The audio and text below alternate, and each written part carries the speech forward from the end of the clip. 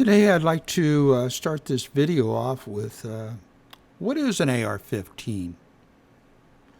Well, this goes back into the start of the story, goes back to World War II. During that conflict, we had M1 rifles chambered in 30-06, M1 and M2 carbines chambered in 30 carbine, and we had M1 and M3 submachine guns, and they were chambered in 45 ACP. Also had a BAR, or Browning automatic rifle. It was considered to be like a light automatic weapon or a light machine gun. Weighed about 19 pounds or so, and it was chambered in 30-06.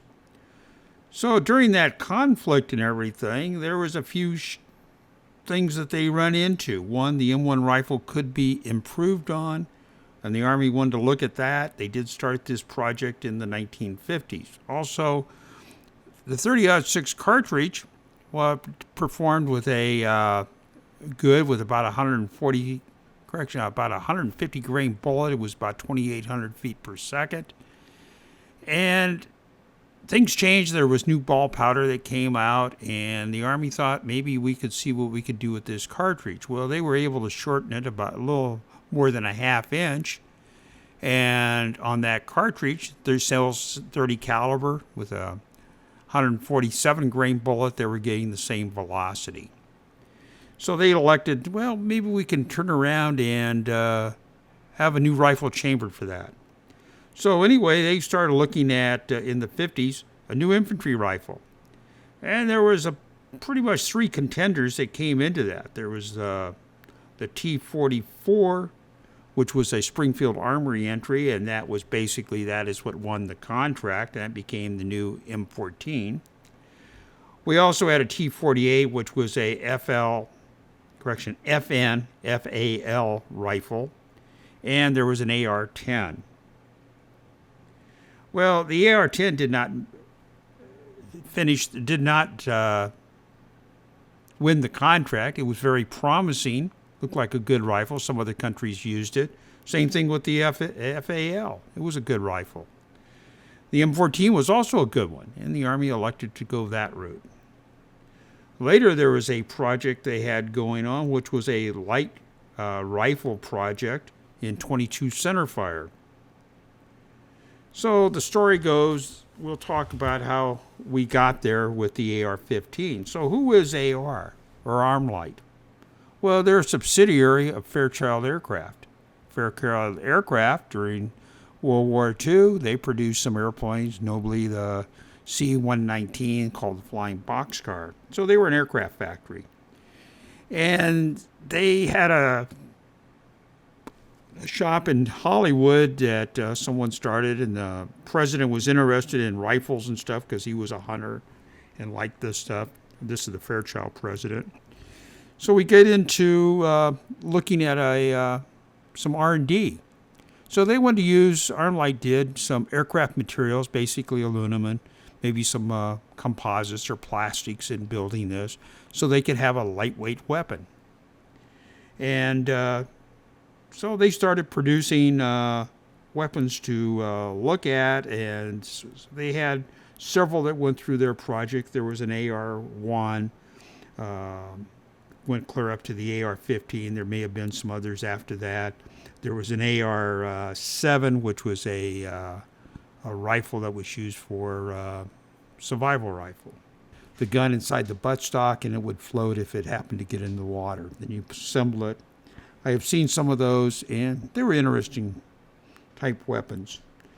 Then they got into trying to compete with the infantry rifle, and they came up with the AR-10. It was chambered in 7.62 by 51, and it didn't make it through those trials. So they looked at the light rifle project using .22. So they took the AR-10 and modified it, made it a little bit smaller, chambered it in 222 Remington, and started looking at those trials. Now, one of the problems they had, the Army kept changing the requirements of how much this cartridge could do. So they decided they need to increase the powder capacity, They went to a 55 grain bullet that was designed with the help of Sierra bullets. It was a 55 grain full metal jacket boat tail bullet.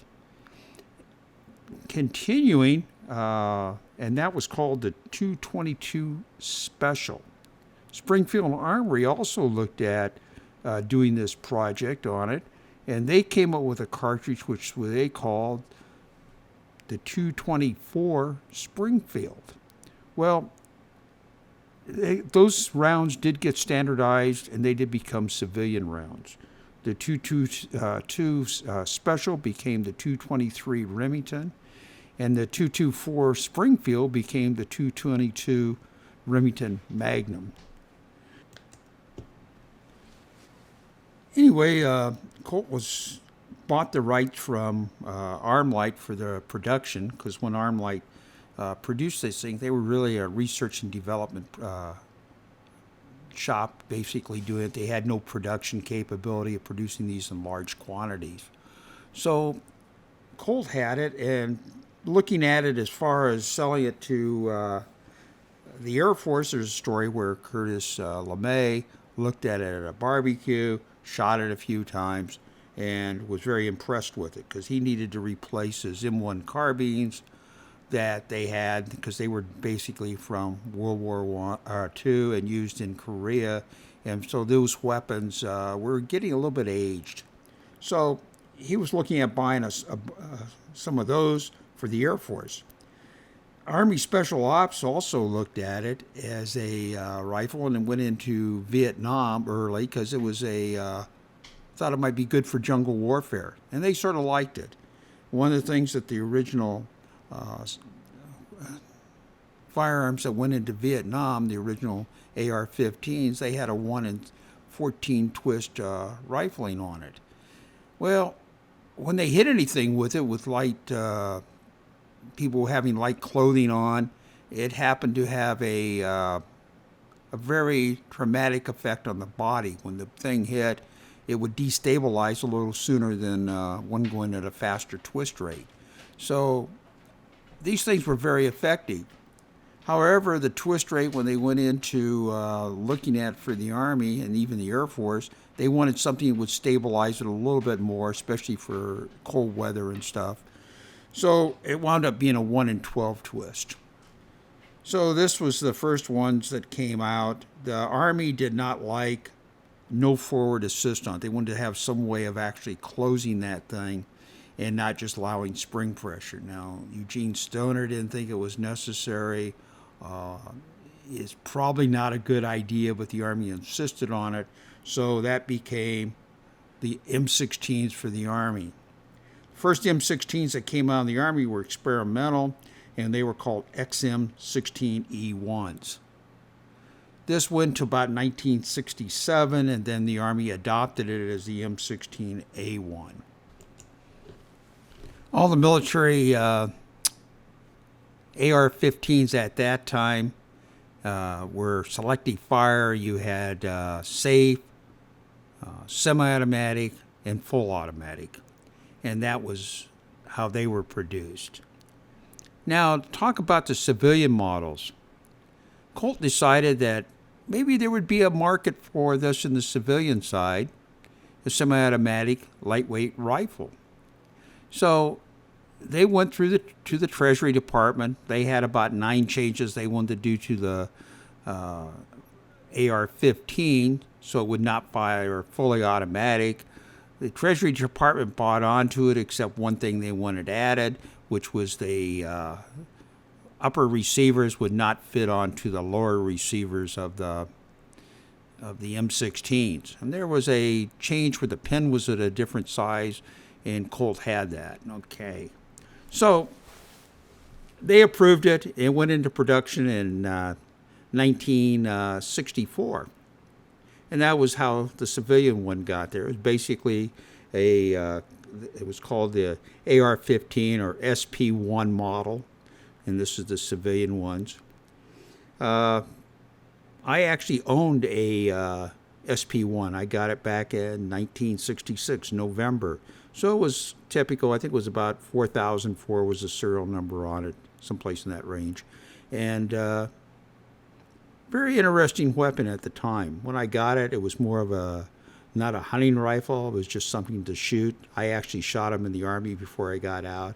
I got out of the Army in 1966 in October, and I actually obtained the rifle in November of 66, a month later. Had it for many years.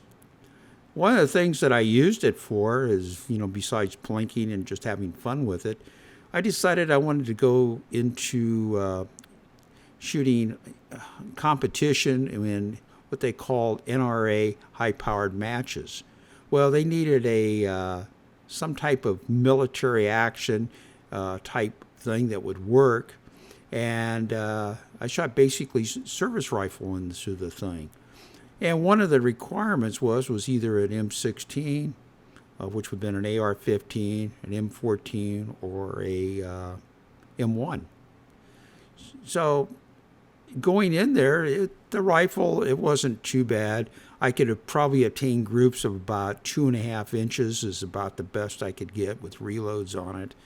And it worked fine for a while. I'll get into talking more about some of that, but this is the history of the AR-15.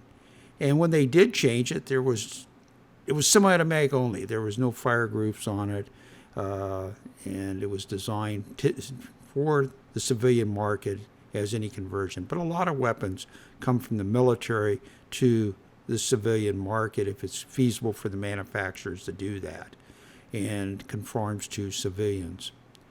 Okay, so that's sort of my introduction. What I would also like, if it goes on beyond this, I've got 4 weapons that I would like to show you, and I'll talk about them on a video and show that to you next. And they are a copy of it's actually something I made from parts, and it's a M16A2. That was the one that was modified in the 80s. It's got somewhat of a target sight on it. It's what the Marine Corps wanted on it. A little different sight, and you can see that. The other one that I show in there too is a M16A4. This is a one made by FN, which was one of the contractors. This is a civilian model showing what it is. These are both civilians. They're fire control groups, and are semi-automatic only. I do have an M4 carbine. It is a registered short rifle. On that one, it actually has a 14.5-inch barrel on it with the flash suppressor.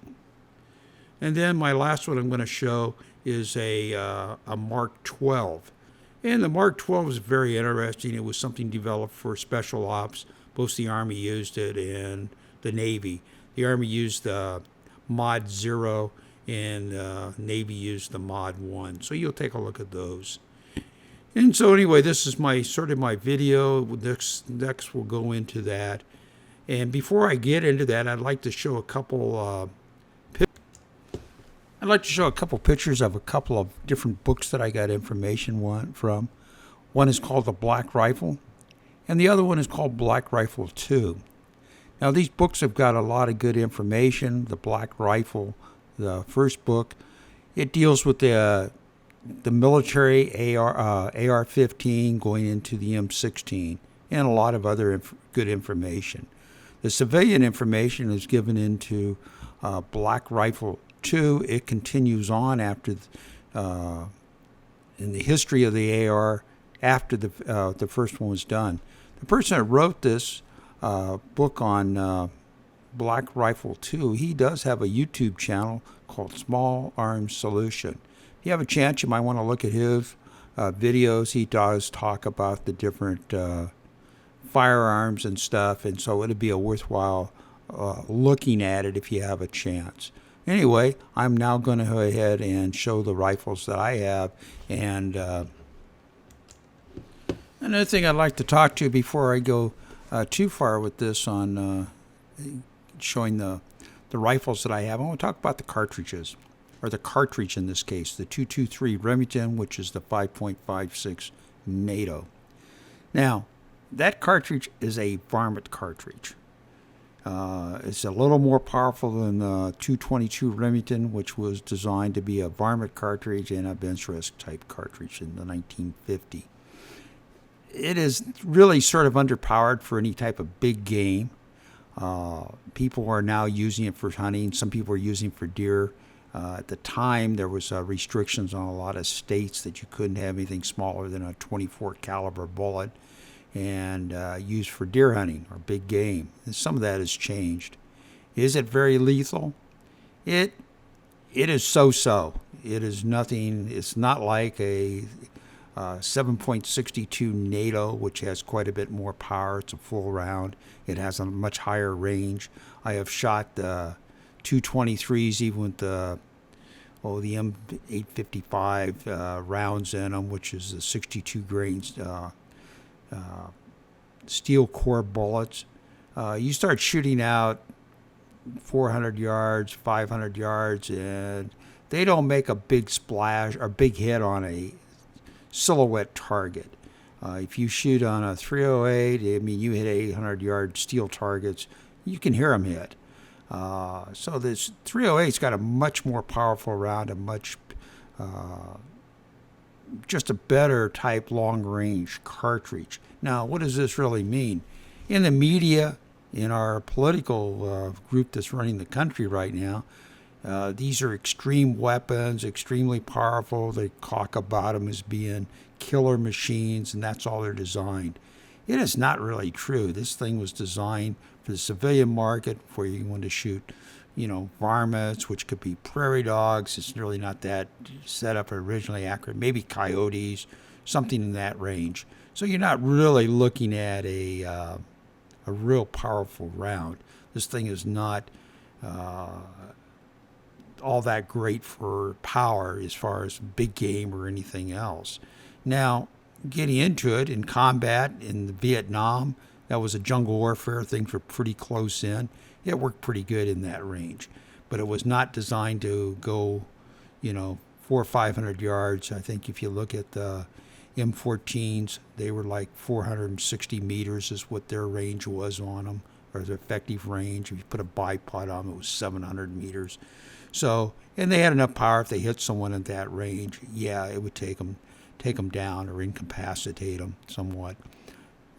So the point is, this is a good round. It's worked very well, but it is just not what the media makes it out as, this crazy round and used for this. So that's my spin on it. Anyway, I will go through and show some of my firearms and have a good...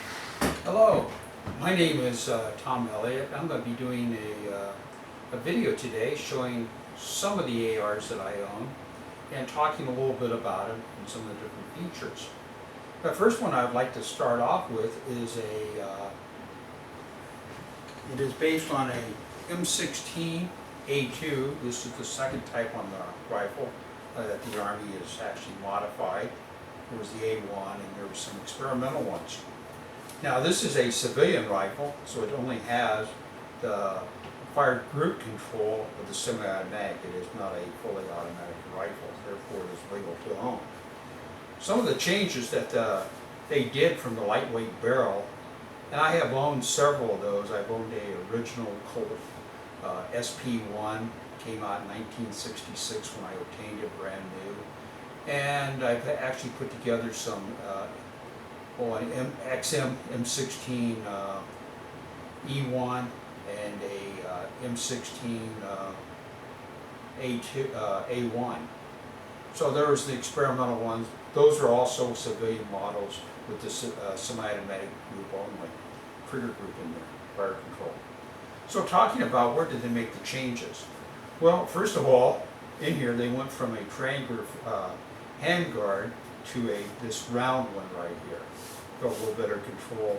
The other thing they did on it was they also turned around and the barrel is heavy at this end. Underneath here, this barrel is actually a lightweight barrel, and same as the original AR-15 or M16. This, of course, has the bayonet lug on it. The height in the rear sight here, front sight that is, post is actually a little bit higher. And on this flash suppressor up here, They had several different ones. The first one was the duckbill one. It was on the experimental ones, and they came to the ones, the three-prong one. That was on the original Colt SP1, the civilian version. It was also on the XM16E1. That thing had a little bit of problems in Vietnam. The flash suppressor would turn around and get caught in twigs and stuff. So they came to what they call the birdcage one. Now the birdcage one on the M16A1, which was the one that came out in 1967, they actually changed this, and what they did is they had these slots that go all the way around. This one is the A2 because they were finding there were some problems on this, and if you were firing prone, the muzzle blast out here coming down in the dirt would create a little bit of a problem. So they actually closed them off. So that's one of the changes.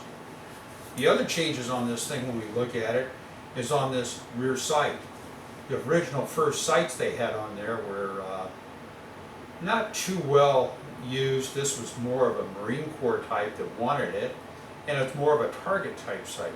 I do like it a lot better on the thing because it just works to me a lot better than the other one. The other one was set up to adjust your elevation off of here. You can still do that on this one.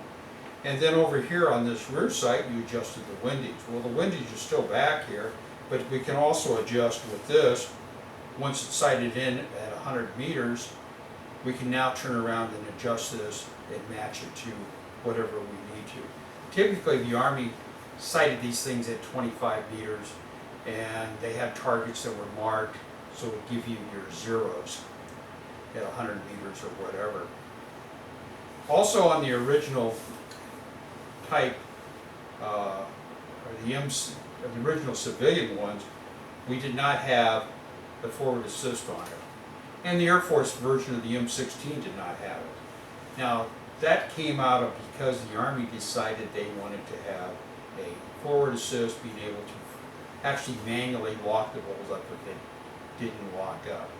Problems with it is if you get ammo that hangs up going into this, you use this, you just lock it in there much harder. And I've had that problem. The only way you can get the thing to disassemble or anything, because the bolt carrier will come back into the stock here through the buffer tube, it's locked. You cannot disassemble it. So you wind up taking a soft hammer, trying to use this bolt thing to pull it back, and you just got to beat it open, beat the bolt out. And you can damage them. I've actually bent these aluminum ones. They do have steel ones if you have some problems that you can actually put a steel one in there.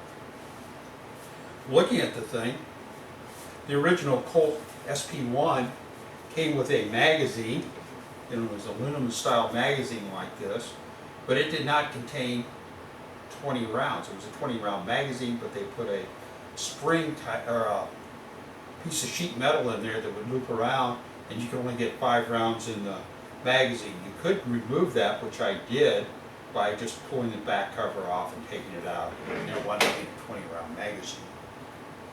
Some of the other changes they made on this rifle from the original ones was on the A1s, these were actually sort of short. Same thing on the SP1. You had a very short trigger pull on there. It's typically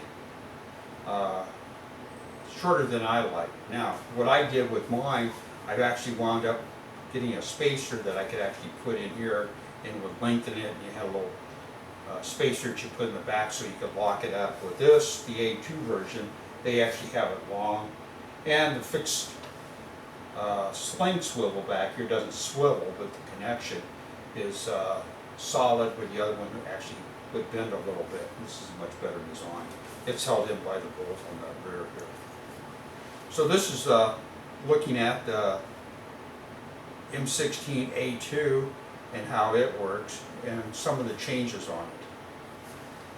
Next one I'd like to bring up is looking at a M16, or this is a variant of the M16. It is called a M4. Now this M4 here I've modified a little bit. I actually bought this as a short rifle with a 12.5-inch barrel, I do have another upper here, which this is, and this barrel's a 14.5-inch barrel. So this is a registered short barrel rifle. I obtained a 16-inch barrel, removed it and rethreaded it, and so I put the flash suppressor. With the flash suppressor back, it's about 16 inches, which meets legal standards. And the only way you can really do that, it has to be what they call drilled or pinned and welded. So what you wind up doing if you want to do that, you make this a permanent attachment. You wind up drilling a hole in here, putting a pin in it, and then taking either welding it or brazing it in so you cannot easily remove the flash suppressor and have a 14.5-inch barrel. Now, does it make a lot of difference? Well, the civilian ones are actually 16 inches, so you can remove them, and they're going to be about 17.5 inches on the length with this. If you decide to stick a bayonet on here, the bayonet, this goes way over the top of it. Not really much reason to do that, but with the standard, the way the Colt did it, when they made the M4, you could take a standard bayonet and it would function just like it would on the M16. Some changes they did when they did to the M4 was the feed ramps. It's hard to see it in here, but there's actually feed ramps that go in here, and they were having some issues with feeding on the problem when they went fully automatic with a short barrel. Some of the things you'll notice that this gas, or the front sight is back, and this is also the gas block where it taps into. It gets in there to operate the action and takes the gas out of here, brings it straight back to the bolt. Well, the shorter you get this, or closer you get it to the muzzle, the higher the port pressures. And if you look at the original one, it's quite a bit further out, and this functioned fine, and this is the way the thing was. And they had actually had a buffer tube in here, and everything functioned correctly. As you increase port pressures, I think the port pressure was someplace on the rifle about 10,000 psi, because it means as the pressure fires, the pressure as the bullet goes out, the chamber pressure drops, and throughout the system. When it comes across this one, the short rifle one, or actually carbine length, that's what this is, it's about 25,000. So what you're getting is a much faster coming back on this thing. And in fact, on the original M4s when Colt was designing it, this bolt would come forward, the bolt carrier would, and it would come back with quite a bit of spring on it, and or pressure coming from the spring, and would cause the bolt carrier to bounce off the barrel right there. Well, that would unlock the barrel. If you were firing fully automatic, then what would happen is the hammer would be falling, be released by the there that comes back, and the hammer actually hits it when it's out of battery.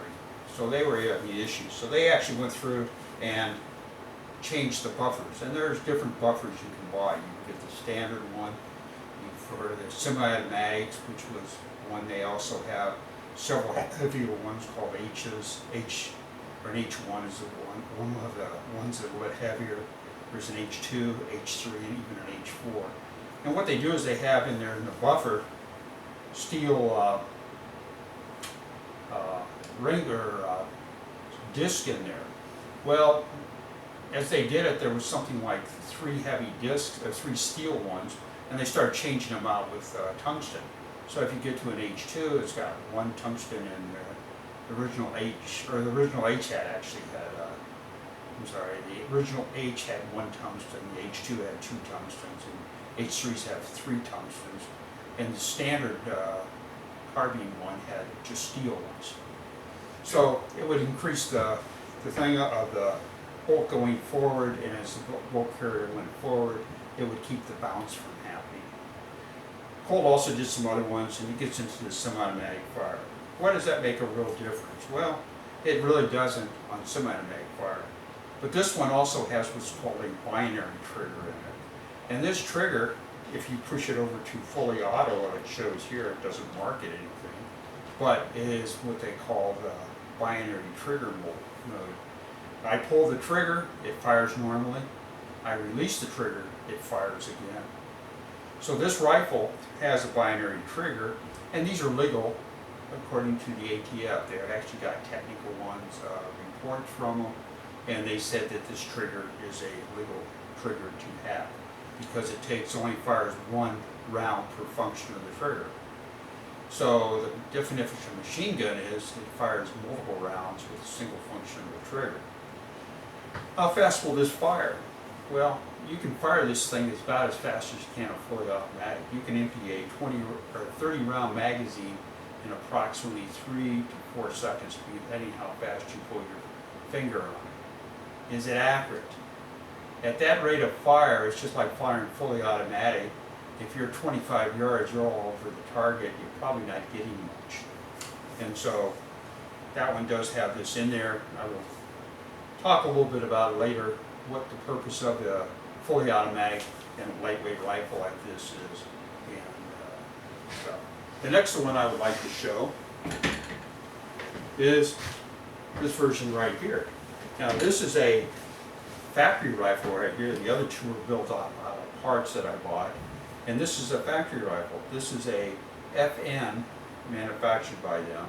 And FN actually manufactures M16s and M4s. Well, the M16 they wanted a sort of a collector's version of it. So FN has its own civilian factory. They cannot use the military, which making military because they actually have Colt data. And that's proprietary to Colt. You can use it for military contracts, but you can't use it for civilian. So they actually have another factory located in another state even that produces these M16A4s. It's a semi-automatic version. It is marked just like the military is, even has the barcode on it. And it is set up. This is not a free-floating handguard, but this is just like what they had. Now the sight on here is a Trijicon ACOG sight. The military took that sight, this particular one, and it is called an M150. So that actually on there, I do have a quick release mount on it. So this is pretty much a stock rifle, and it is a M16A4.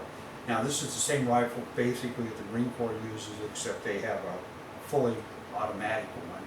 And some changes that went into these versions. In the military version, when they went to the M16 A1s, the XM M6 or E1s, those were fully automatic. So you had a selector down here that would go safe, semi, and full auto. When they came out with the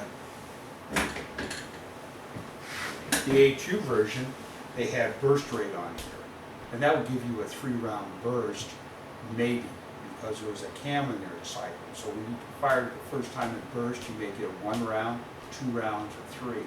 After it fired the initial burst, then it would be a 3-round burst. The Navy didn't like it, so they took the same rifle as this, and they went to full auto, and they called that A3, so it was an M16 A3, and the Navy had that version. The other one I would sort of like to talk about is this one right here.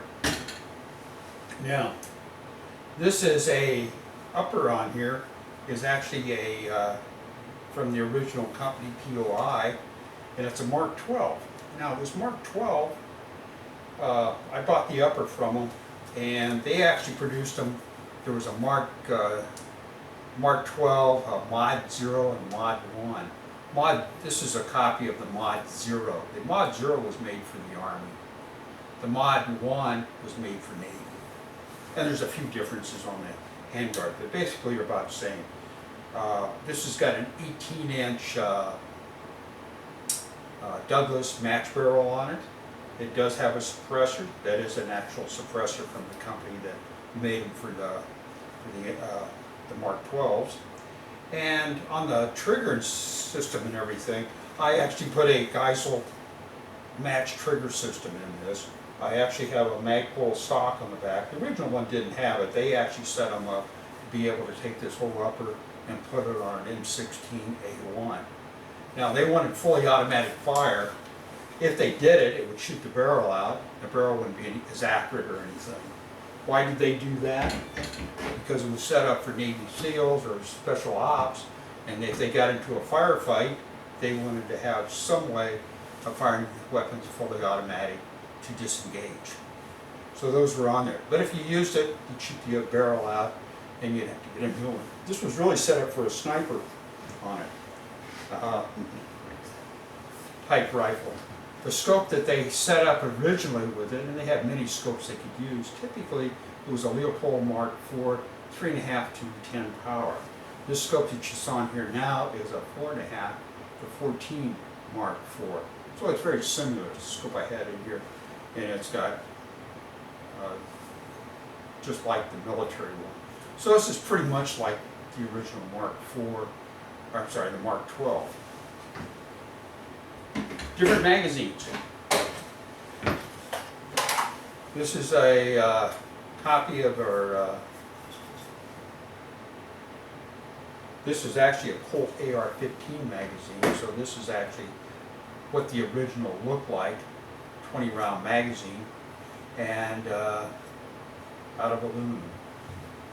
The later ones people are using a lot of are these Magpols, and these are polymer. And these magazines right here are probably one of the best ones you can get. There's a guy that does a lot of stuff on the ARs, talks a lot about it, and it's called Small Arms Solution. But he has some very good videos. He will talk about the different rifles and things. But this is what I like to just want to explain today, what I have a little bit of my collection. I do have others, and I will put some videos out on that. So anyway, have a good day.